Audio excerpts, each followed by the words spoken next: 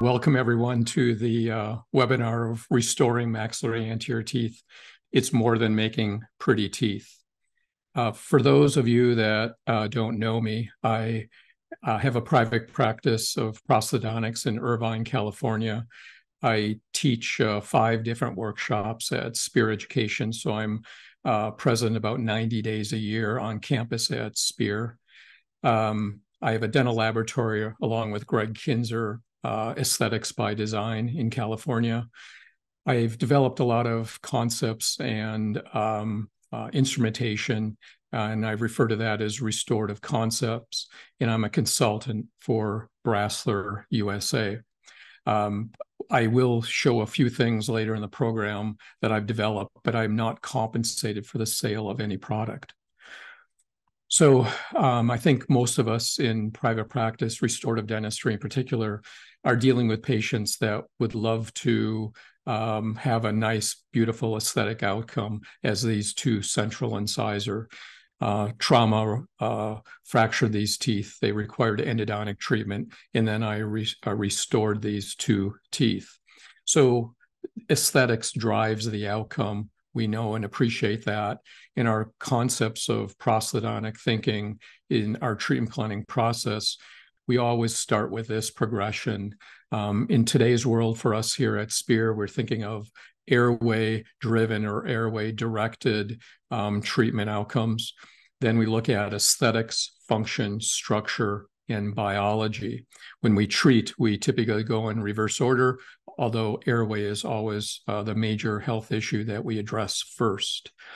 I'm going to be focusing on the functional aspect of the anterior teeth because, yes, we want a beautiful aesthetic outcome, but function deals with occlusal design and the anterior guidance. So again, focusing on the anterior function. If we restore anterior teeth, one of the most important things to consider is looking porcelain laminate veneers, so partial coverage restorations. Clinical survival rates can be at 20 years, almost 83%. So they are quite long-lasting restorations. But most interesting, when you look at this research, there's almost an 8 times greater risk of failure when there's parafunction associated with the patient treatment. That's why I always say it's more than just looking at pretty teeth in the anterior region. It's designing the appropriate occlusal scheme. The main reason for the failures or complications is chipping or breaking of porcelain. So looking at functional wear patterns anteriorly, you have to identify the facet location and their characteristics. We'll spend a few minutes looking at that. And so looking anteriorly at the edges, we may see edge wear only. That's upper to lower edges. There may be pathway wear, and that's wear of the palatal of the upper and the facial of the lower anterior teeth. The patient could be moving beyond edges, and that means moving beyond or moving into crossover, so beyond edge-to-edge contact. Or it could be a combination of pathway and edges, in addition to that, going into crossover. Those are the most challenging patients to treat. So when we're designing any occlusal scheme, we want to look at our ultimate goal is to reduce the energy in the system, decrease muscle activity. So that would be one of our primary goals. And we have to distribute our occlusal forces to more teeth and broader surfaces of teeth to distribute the load that's being applied. Because once a patient has demonstrated to us that they're wearing their teeth, I can redesign the occlusion, but they're going to continue to do the same movement patterns. So anterior guidance in general, I would like to decrease the vertical overlap. You want to shallow the pathway of the function, distribute occlusal forces to more and broader surfaces. And the canine guidance is ideally designed to reduce muscle activity, especially during parafunctional situations. But that may change. It may change the group function. But if you do that, you may increase muscle activity. Posterior contacts, you want to establish the contacts on flat surfaces or convexities. Occlusal morphology is shallow. Contact in MIP, generally with immediate disclusion. In possibly early group function on bicuspids to distribute forces, as I just described. But if you do that, you may increase muscle activity. So yes, we're focusing on the anterior teeth, but of course the posterior teeth have to be in contact and ideally disclude with any type of movement pattern. So if I'm thinking about my general list that I focus on when I'm restoring dentitions, I want to establish a level incisor or occlusal plane. That's the curve of Spee and Wilson. No or minimal increase in anterior vertical overlap. The same or more shallow anterior guidance. Anterior teeth disclude the posterior teeth in your anterior guidance or in protrusive movement. Distribute the incisal occlusal load on multiple anterior incisal edges, especially if there's edge wear. Posterior teeth contact simultaneously and evenly in MIP, and shallow posterior occlusal anatomy. So if I looked at my occlusal design in general, these are my basic concepts. If I can control all of it, I would, but of course we want to minimize the number of teeth we're restoring. So we'll be looking at edges, pathway, crossover, and a combination of those from wear characteristics. And let's look at first edge-to-edge wear. So it's not the grinding of the teeth to get to the edges, it's moving the mandible and you close on the edges, and then the patient is wearing out the edges of the teeth. So here, seated condo position and MIP are coincident or approximately within 0.5 millimeter. And then you look at anterior edge-to-edge position, there's severe wear of the upper and lower teeth. And in a lateral movement on both sides, you can see as the anterior component wears out, more and more posterior teeth are in contact. You sometimes see some cupping on the worn teeth, so the dentin is lower than the enamel rim. That may be possible if there is a acidic involvement, but more importantly, acidic involvement with some type of food abrasion, toothbrush abrasion, something's causing the wear of the dentin. If it's more rapid wear, sometimes this can be perfectly flat dentin and enamel would be at the same level. So looking at edge to edge only, I think about, I always want to level the incisal plane if I'm working anteriorly, but the key here in treatment or occlusal design is distribute the incisal load on multiple anterior edges to avoid catching edges or corners of teeth. So I want to distribute the load on wide, broad surfaces. So then looking at pathway would be the teeth are in the way and the teeth are rubbing during, quote, anterior guidance. So the teeth are contacting. This is not normal. We see it with some patients that we consider pathway wear or a restricted envelope of function. And this could be a nice clinical example of that, where there's loss of tooth structure palatally, and of course, facial lowers in the teeth get relatively thin. Another really good example of that, you can see the facial facetting of the lower, and then looking at the occlusal view, you see vertical facetting on the palate of the upper. So pathway wear. So envelope of function change. If I look at a section tooth and you look at its existing palatal surface, let's assume for the moment that's where the pathway wear is.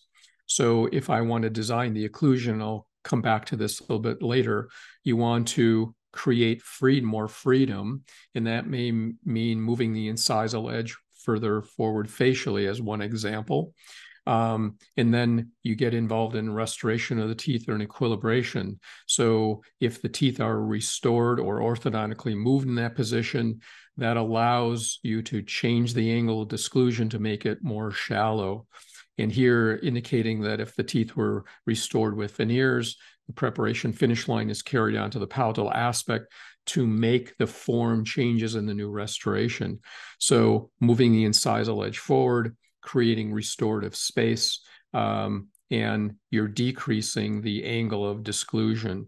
Unfortunately, there's no science to tell us how many degrees to change that to decrease the forces applied to the teeth.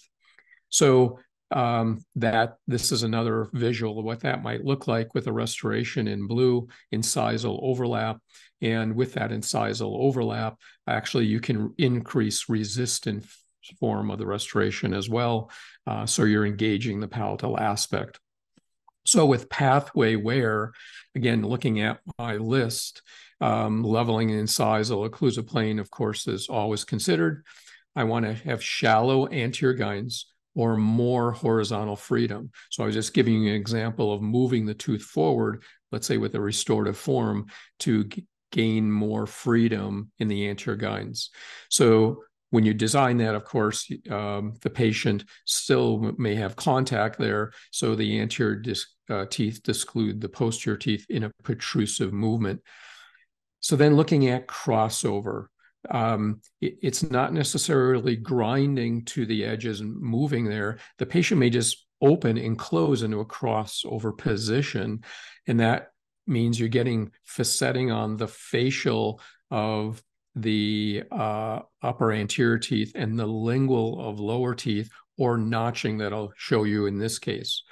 So this patient has edge wear, but also going into crossover, and you see his upper and lower incisal edges are breaking down, they're chipping. And it's a young individual, and maybe they want to make an aesthetic change. One consideration is doing any plasty and smoothing things. Another is restoration of teeth. But if you don't design the restorations correctly, you'll have continued problems. And so distributing the forces is the key ultimately. So if you look at the canine, the mandible is moving to the right, and it's barely still contacting cusp tip to cusp tip. But if the patient moves just a little bit further, then you have moved into crossover, and you'll have facetting coming down the lingual, the lower canine, and the facial of the upper. But now look at how the anterior teeth contact the centrals to the lower anterior teeth, and you start to notice the wear pattern in a V-shaped notch occurring. So these are some classic signs that you start looking for to identify if the patient is actually moving into crossover, and sometimes it's shearing or chipping of the facial enamel as well.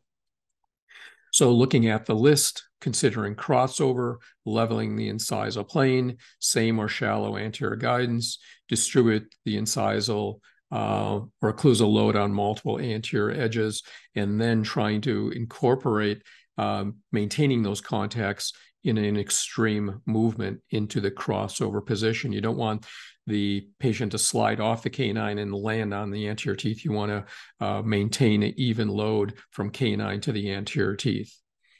Combination problems, this is probably the most critical. So it could be pathway edges and even going into crossover. So that's putting all of our skills to test in managing these type of patients. And I'm going to be referring to this patient through the rest of this discussion.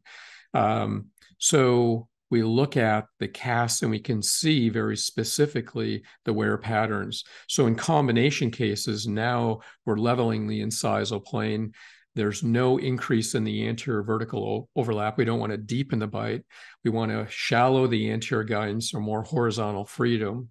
Of course, with the anterior guidance, you disclude the posterior teeth, but you want to distribute the incisal load on multiple anterior edges. So I always refer to this list, and depending on the wear pattern, I'm focusing more primarily on certain elements than others.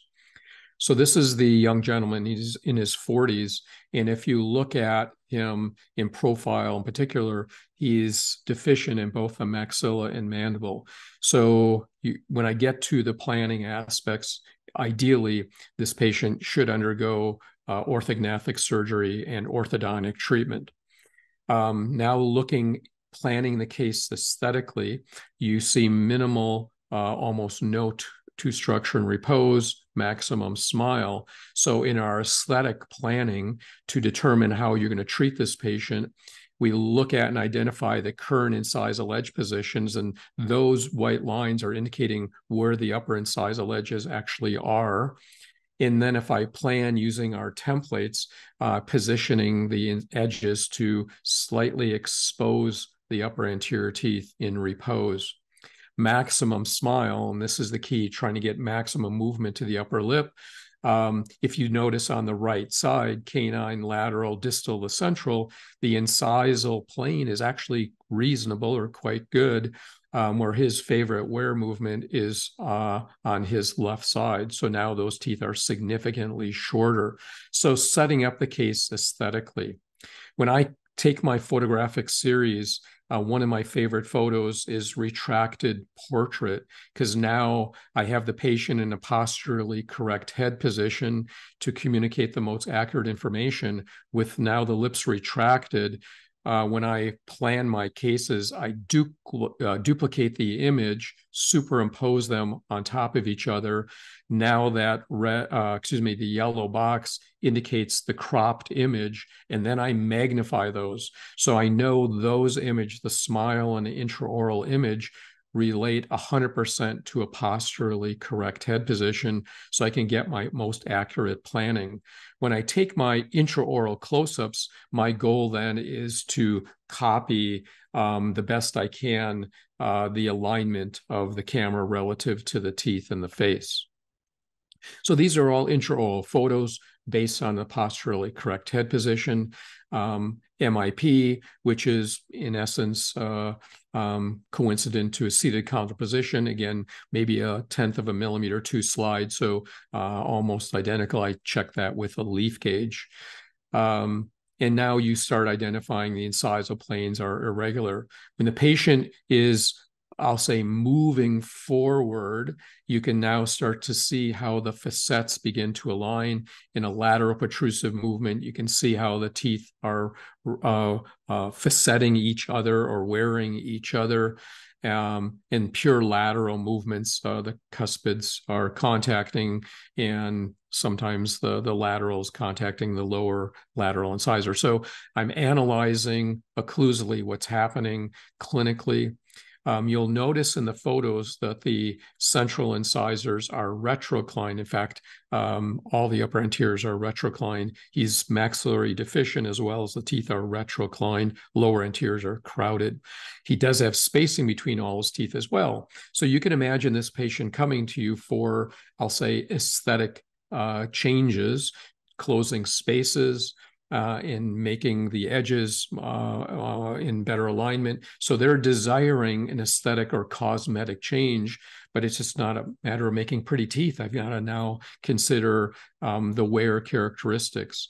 So you see pathway and edge wear for this patient on the upper as well as the lower. The lower anteriors show more edge wear. Canines shows a bit of facetting on the facial as well by looking at the way the light reflects off.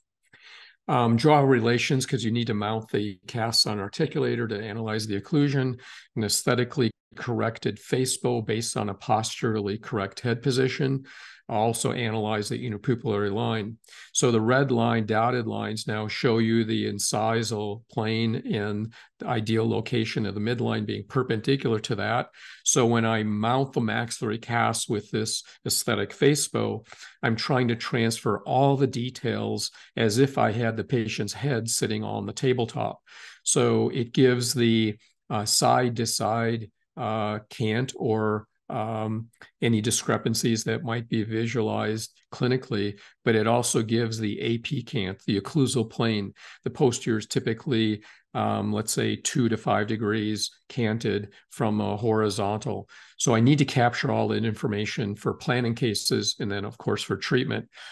You'll also see on the mounted cast that the central incisors are retroclined, and just keeping in mind again that he has diastemas between all of his teeth. So once we've planned the case aesthetically from a portrait perspective, repose and maximum smile, then I transfer this intraorally, and I then establish the tooth proportion that would be optimum for this patient. By doing that, you might see discrepancies in gingival levels. That's one of the beauties of these templates, that you can actually see through the template and see the gingival levels that you may want to change or alter. And one consideration is doing that with orthodontic treatment. It would be the most conservative, of course. So aesthetic planning of the upper is always done first, and then managing the lower primarily from an occlusal perspective, but you don't want to compromise the aesthetics as well. So leveling the lower incisal plane. Now analyzing the cast. I think it's really nice to analyze stone casts. They're optimal to look at because of the detail from a polyvinyl impression. The stone cast captures all the fine details, such as the chipping of the edges that you see, in particular on the right side. Looking from a palatal perspective, you'll now identify that there is some component to a pathway wear. You'll see it on the centrals, a little bit on the laterals, and a little bit on the canines. But in my opinion, there's specific now edge wear. So it's two distinct movement patterns for this patient. And the more important component, in my opinion, in this analysis is looking at the edge wear. But it would be a combination of pathway and edges, and actually maybe even going into crossover. You look at the facial, the lower anterior teeth, you really don't see any vertical facetting. It's more flat edges, where the canines, you see a little bit of the facetting in a couple of different views. So critically analyzing what you see on the casts as well as what you see in the photos and clinically, but the casts maybe are the most valuable. So here we have a combination problem. In my opinion, the edges may be the most critical, but pathway edges and possibly moving into crossover. So for treatment options for a patient such as this, you think of pathway wear is maybe the biggest concern, as well as the combination of the problems. But the treatment goal would be to provide an anterior guidance pattern which minimizes any interfering tooth contact. So I need to give more freedom to the anterior teeth. So how are we going to go about doing that? We want to increase overjet and increase the angle of the anterior guidance, decrease the angle of the anterior guidance, decrease the angle of disclusion. So with pathway, that's got to be one of my primary concerns. So treatment objectives would be to increase overjet, decrease angle of disclusion, need to get restorative space because we have a worn dentition. We want to replace what's worn away, and we want broad, flat contacts on the incisal edges. So option one for treatment would be orthognathic surgery and orthodontic treatment. Why do I consider that first? Because he's Bimax deficient. So it would be jaw surgery to move the maxilla and the mandible to establish not just better aesthetics facially, but the arch forms are placed too far back in the skull, so they should be brought forward. The other thing you have to consider from an orthodontic perspective, if the patient rules out orthognathic treatment, which he'll say, I'll do orthodontic treatment, but I will not do orthognathic surgery. Classically, when you have spaces, it's retracted ortho. Because he has spaces, that might be logical, but the upper anteriors already are retroclined. So you have to think about moving everything, proclining the upper anteriors and moving the posteriors forward to decrease or eliminate the spaces. Of course, we see a crowded lower dentition as well. One thought is to strip interproximals and retract, but we don't want to do retractive orthodontics. Typically, we want to expand the arches. So all this comes into play. Maybe that's beyond the scope of this particular webinar, but that's our first thought process is jaw surgery with orthodontic treatment. Another way to more minimally treat this patient, you look at placing the condyles in a fully seated condyle position, centric relation, to see if you can gain space for this particular patient. Again, they're pretty close to coincident to MIP, so that really wouldn't be an option for this patient. You can alter the mandibular incisal edges. So sometimes it's possible to plasty if they're irregular, over erupted.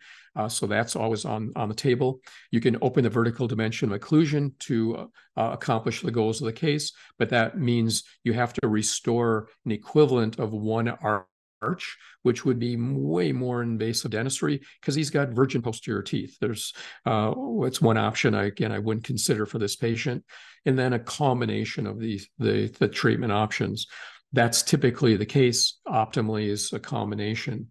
So the occlusal design, I want to design the occlusion to allow freedom of movement given the existing neuromuscular envelope. So I don't believe we're going to be able to change that movement pattern. I just need to create more freedom. So the teeth are in the way. The jaw position forces the teeth to be in the way. That's why we have a restricted envelope of function. We want to get more clearance. So if you do start looking at more minimally invasive techniques, so let's say the patient initially says no to orthodontic treatment as well as no to orthodontic treatment, and I want to restore him aesthetically, I have to consider about how I'm going to design the case, and I need to conform to what he's been doing, but then, as I've described, make changes and decrease the angle of disclusion. So with that thought process, because many of us face patients that in optimal planning, informed consent, you need to disclose everything you see in the optimal treatment options. Because if they say no to certain things, then it puts maybe our restorations that we're fabricating more at risk of a problem. But if I'm prepping the teeth, it may make the preparations more invasive as well.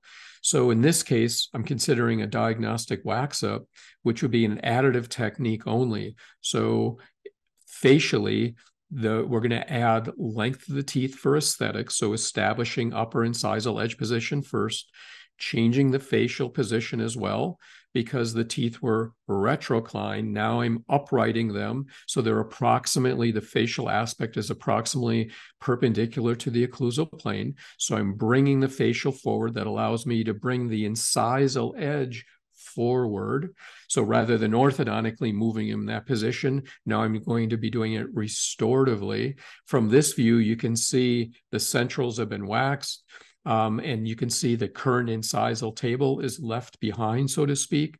The canines have some wax on, and then you proceed to wax the lateral incisors, again, with an additive technique from an edge perspective and a facial perspective. So uprighting the teeth. So the quote, the 6 anterior teeth now are waxed up from an aesthetic perspective or the aesthetic design.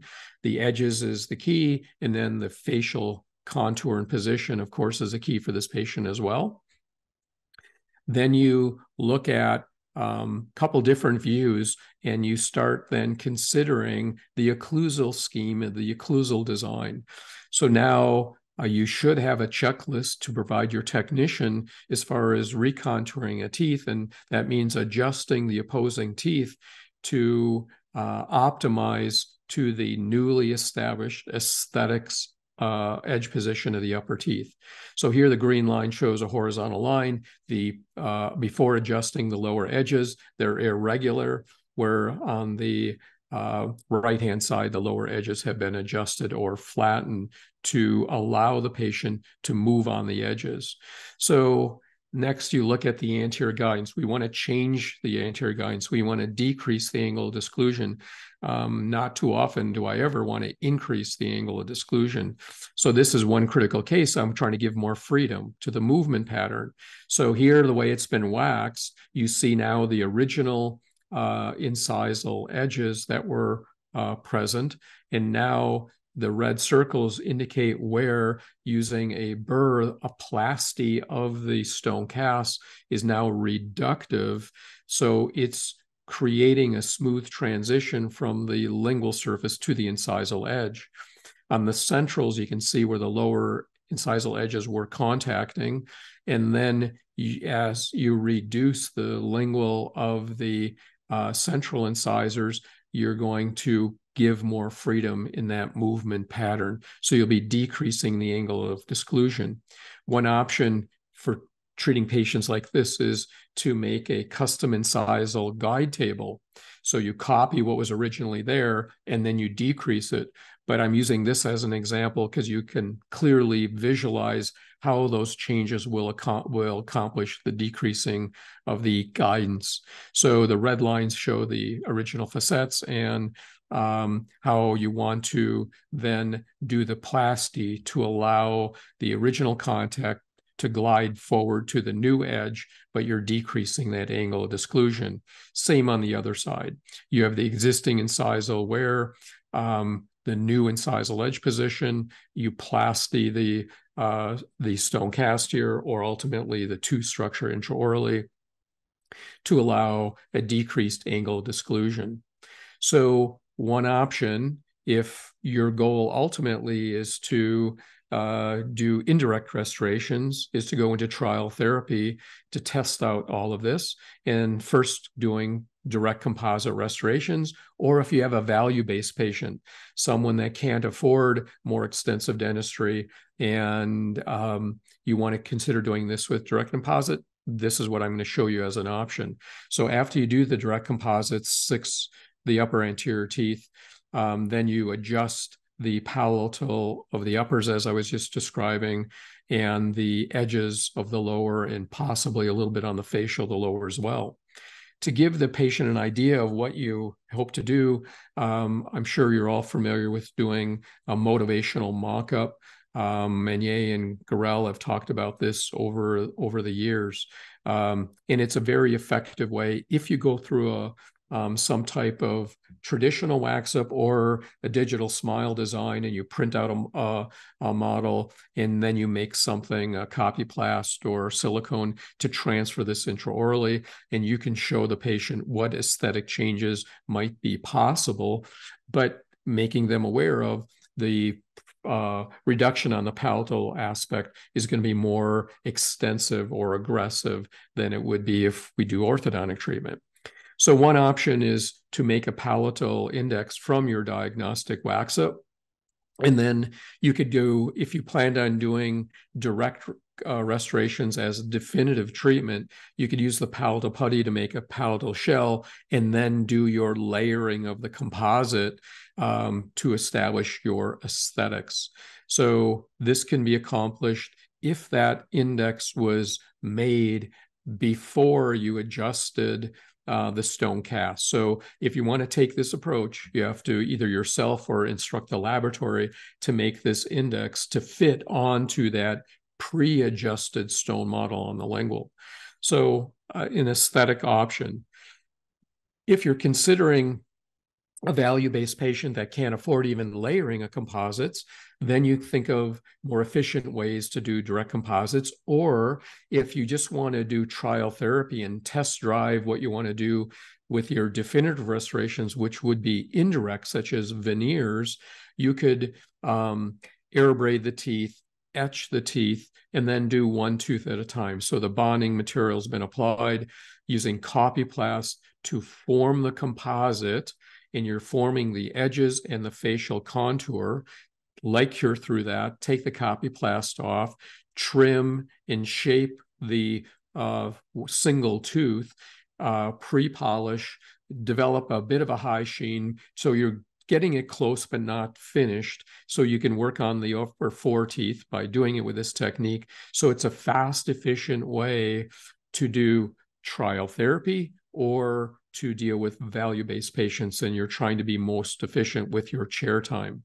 So here, actually, the upper six teeth are restored with composites, more so on the laterals, in centrals, a little bit on the canine cusp tips, but facial and incisal composites. My goal was to, I'll say, close the interdental contact, but not to manage closing the black triangles in this case, because my goal was hopefully to get this patient to consider orthodontic treatment. And so this could be a transition time. Let's say the patient's going to be interviewing for a new job position, or they're getting married, or they want to make an aesthetic change and buy some time and save some money. So it could be done 3, 5 years later, 8 years later, you could transition into ortho or indirect restoration. So it's a technique that can buy some time. So going into this, I told the patient that, yes, I could close all the open interdental spaces, but there's more time and effort and more expense involved to contour the restorations to do that. So the facial and incisal composites are completed on the 6 anterior teeth. And then what you do is you adjust the lower edges to fit to the newly designed upper incisal edges. So that's the first point in the adjustment. So adjustment in the edge-to-edge position, and I have the patient move side to side on the central incisors. How I go about adjusting the edges of the lower, my preference on lower natural teeth would be the pink dialite wheel from Brasseler. If I had a lot of work to do, for sure, I would start out with a fine or extra fine diamond, but I find generally that pink dialite wheel would be efficient to do the adjusting, and then polish the enamel and dentin. So that's the gray dialite wheel. The speeds I'm indicating is slower with a high shine, 2 to 5,000, where the first step was 5 to 8,000 RPMs. So adjustment of the edges in a lateral and lateral protrusive. So now I'm allowing the patient to move purely laterally and lateral protrusive. That's the most important for me, lateral protrusive.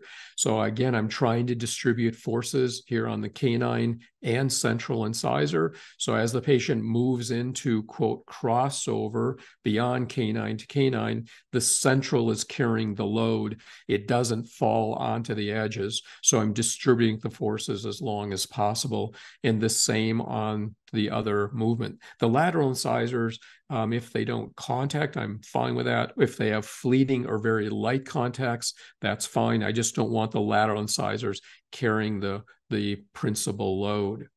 So then this is what it would look like after you adjust the edges. Then I double check MIP. So if your adjustment of the lower edges have now eliminated the contact to the palate of the upper, you have two options. You equilibrate the posterior teeth to reestablish contact, or because there was some facetting on the lingual of the upper, you could use some direct composite on the facets of the palate of the upper to reestablish contact.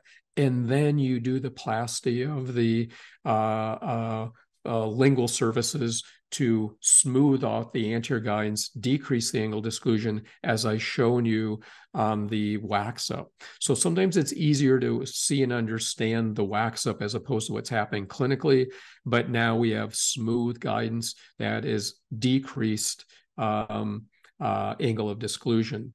So we've established our goals from an aesthetic perspective. The patient loves the appearance and repose and smile and during speech and daily life. But then functionally, that is the key, because you recall that the function is really what breaks down our definitive restorations. So this patient did undergo orthodontic treatment about 5 years after the composites were done. He saved his money and decided, yeah, now it's time to do your orthodontic treatment. So why consider orthodontic treatment at this time? You could straighten or align the lower anterior teeth. You could remove all the composite on the facial of these anterior teeth and then procline them to upright them. I would, in a transition, ideally want to keep the length, so the composite might be really thin. Yes, there's an increased chance of during orthodontic treatment, you might chip a composite, but I haven't found that really to be true because once teeth are moving, they're more mobile and typically they don't chip or break. But the patient is going to go through orthodontic treatment. Here you can see from this view that I didn't manage open interdental spaces as we move posteriorly. So the goal would be to optimally bring the posterior teeth more forward rather than retracting the upper, because the upper anteriors are already retroclined. So post-orthodontic treatment, the gingival levels are more equalized on the upper and the lower. There's been correction of tooth position. Again, I removed the composite on the facial of these teeth. And so we're in an optimal position. And now you could either do new composites on the upper, and now you could work on continuing to close any open interdental spaces, the black triangles, with direct composites, or you can go to indirect restorations. So a lot of clinicians choose to go to indirect restorations when you're trying to manage all these open black triangles, because it's restorative convenience, makes it a little bit easier. You have a little bit more control of form subgingivally and so forth. But most patients typically do not want open interdental areas, especially on the upper anteriors. So you have two options, again, new composites or doing two indirect restorations. So post-orthodontic treatment, and even this portrait image shows the little black triangles that are present. So definitive treatment, as I was just describing, you could go to layered composites. And if I was doing it, I would do on the canine, excuse me, on the bicuspid in indirect composite on a stone cast and then balm that intraorally. And I would do that even if I would go to veneer restorations on the upper foreteeth. The canines are minimally restored. So in my opinion, I would never restore the canines with veneers. I'll never say never, of course, but optimally, I'm trying to do the least invasive procedures to accomplish the goals of the case. That's function mainly and to achieve the good aesthetics. So here, upper four veneers, and then bonded direct and indirect composite restorations on the canines, and again, that bicuspid. So the indirect composite would be on the mesial aspect of the bicuspid. After you do all that, you double check the occlusal contacts to the lower, so I say equilibrate. So this is not the patient, but we get into an outcome-based concept from a preparation design perspective. So there could be tooth problems that have to be addressed. Tooth problems could be caries, fracture, old restorations, acidic insult, or attrition from wear, or wear from attrition. Aesthetic concerns, the shade of the tooth, tooth morphology, tooth proportion, position, and arrangement, and then functional issues. We have pathologic wear. So we have to take this into consideration when we're preparing these teeth.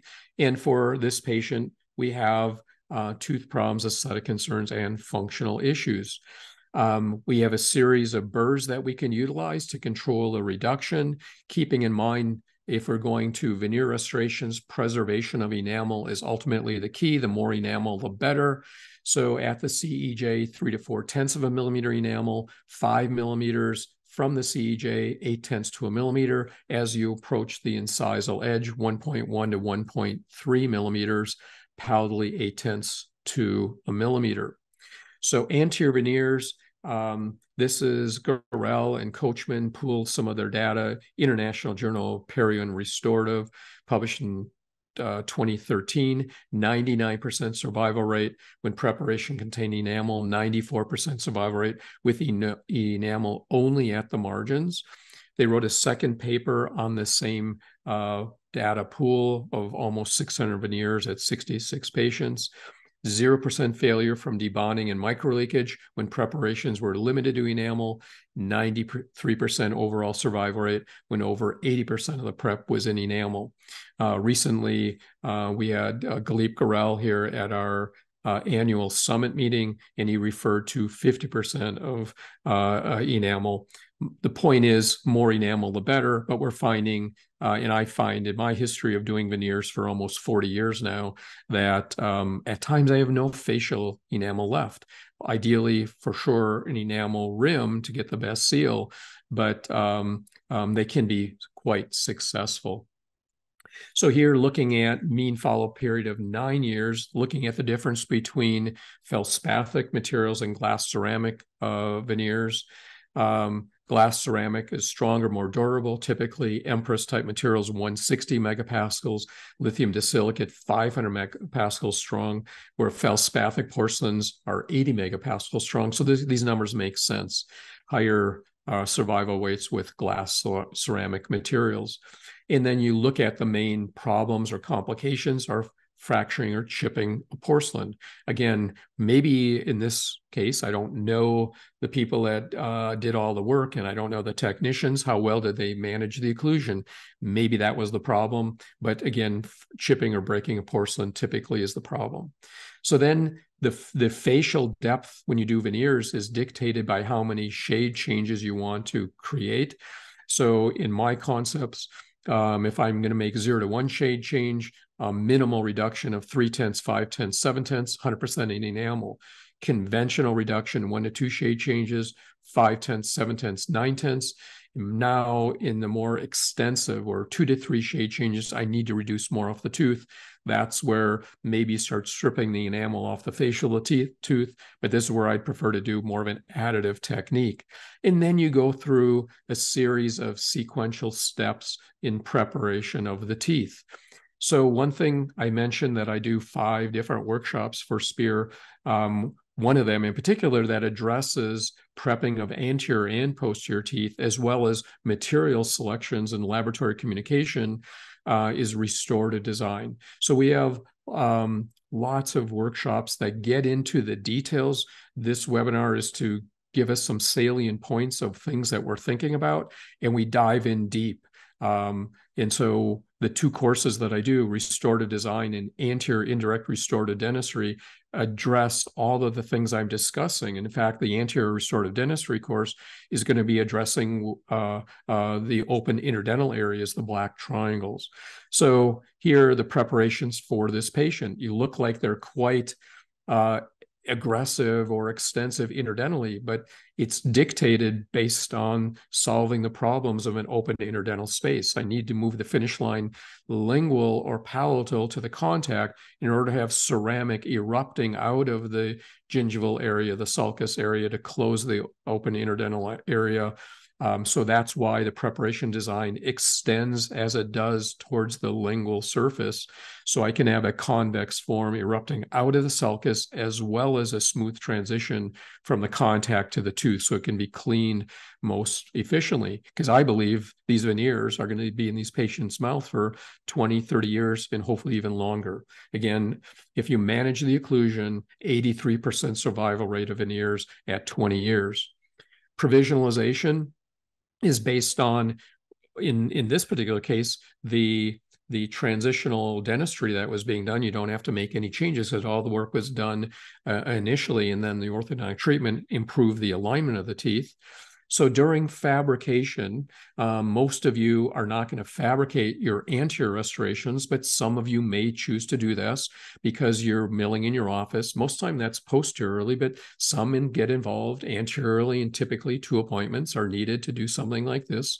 But I go through waxing and pressing in full anatomic form, and then I selectively cut back the facial aspect so I can develop better aesthetics. So I believe we need to communicate to the lab what you want on your incisal edge. And if I have a patient with pathway wear and edge wear, I want the strongest material on the edge, lithium disilicate. So Ivoclar's Emax, 500 megapascal strong material. I'm going to decrease the chipping that will occur. If I overlap the incisal edge for better aesthetics, I'm more at risk putting an 80 megapascal strong material on the edge. Those are all the details that I get involved in into the workshop. So here, just a couple different views of showing selective cutback on the lateral incisors. So facial layering only. Ultimately, all of them are done in a similar way. Internal characterization, layered ceramic over the top, natural glaze, and then polished surface to get the optimal outcome. So during the fabrication, you double check the edges. So maybe it was done optimally to start, but maybe I have to tweak the lower edges when I'm fabricating the restorations as well. So everything that I check on the articulator, so the articulated cast, I have to double check intraorally. So there's provisionals, where I removed, trying in the restorations. And so now I want the interproximal contact to come down to the tip of the papilla. When I'm trying this in, if there's subtle form changes that are different subgingivally, you may get a little bit of blanching occurring, but the key here is the interproximal contacts come down to the tip of the papilla, and it's brought up very clearly here. So I'm going to compare unfortunately, I've used retraction cord when I took these photos.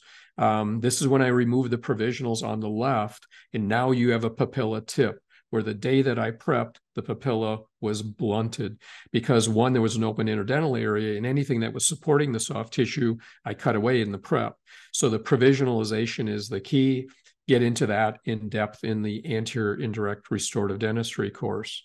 So when I'm addressing managing these open interdental areas, I have quite a few video sessions online, written articles about these concepts, but there's over 1,500 video lessons for clinical purposes, practice management, and team training. Because your team, I think it's important that they understand what we're doing with all this, because a lot of times they're the ones answering questions posed by our patients. So again, you'll find all this online content. So definitive restorations, after they're bonded in, the canines are restored with composite on the cusp tips. And then there's the indirect restoration I did on the bicuspid to close off the distal of the canine and the mesial labii on the patient's left side. So this compares treatment, pre-treatment to post-treatment. Again, the final treatment is after orthodontic treatment. So after the restorations are placed, I once again check the edge contact. I may need to polish the lower incisal edges a little bit more to distribute the forces, then checking adjustments in a pure canine movement, lateral movement, lateral protrusive movements. So I'm double checking all the edges first. After I check all the edges, I check MIP with articulating paper, either on two structure or ceramic. You don't want it exactly on the edge. So I have contact, and then you look at the movement pattern. So pure protrusive movement.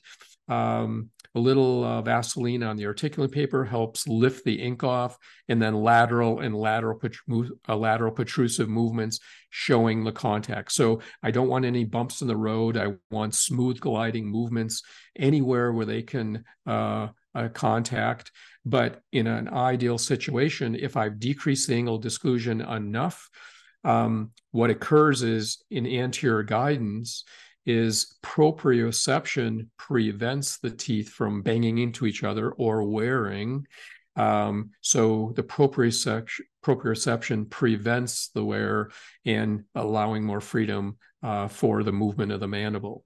So we have a great aesthetic outcome for the patient, a little bit more tooth structure in repose, maximum smile, and the portrait image.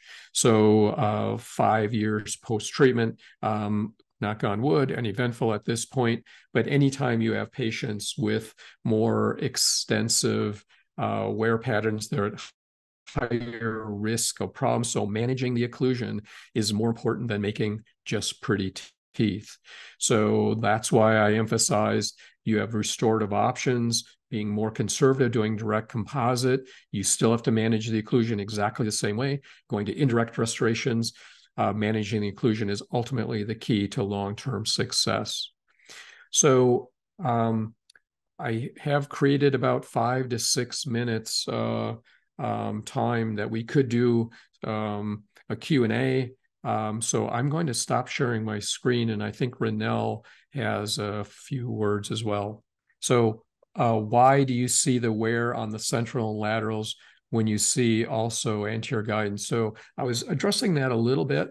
So in an ideal situation, when we talked about anterior guidance, the anterior teeth do not, I'll say, when you open and close, as you're closing, the anterior teeth actually do not touch.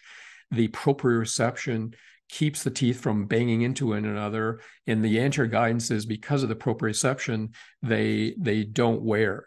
So if we were on the articulator, when we're working clinically, we have the patient bite together and move forward, but patients don't do that when they're eating food, for example. And the only time teeth touch is not when they're eating food, it's when they're swallowing or during parafunction. So during parafunction, like for this patient, the upper anteriors, well, let's put it this way, the maxilla is positioned too far back.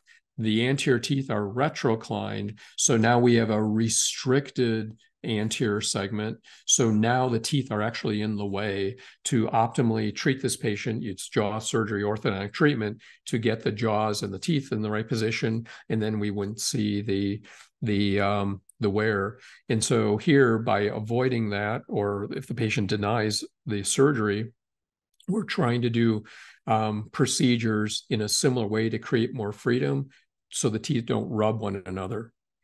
And then the next question. Yeah, so referring to the burr kits that I showed, are they available outside the US? Are they in the UK? I don't know the answer for that. I think the answer is no, they're not available outside the US, unfortunately. So I'm not sure if that would ever change. But yeah, I don't think they're available. And then, so classy, thanks. It's just a comment. It's not a question. So I appreciate the comment. Thanks, Jeff. Thank Thank you you. all. Appreciate it. Yeah, Have a take care, great everybody. night.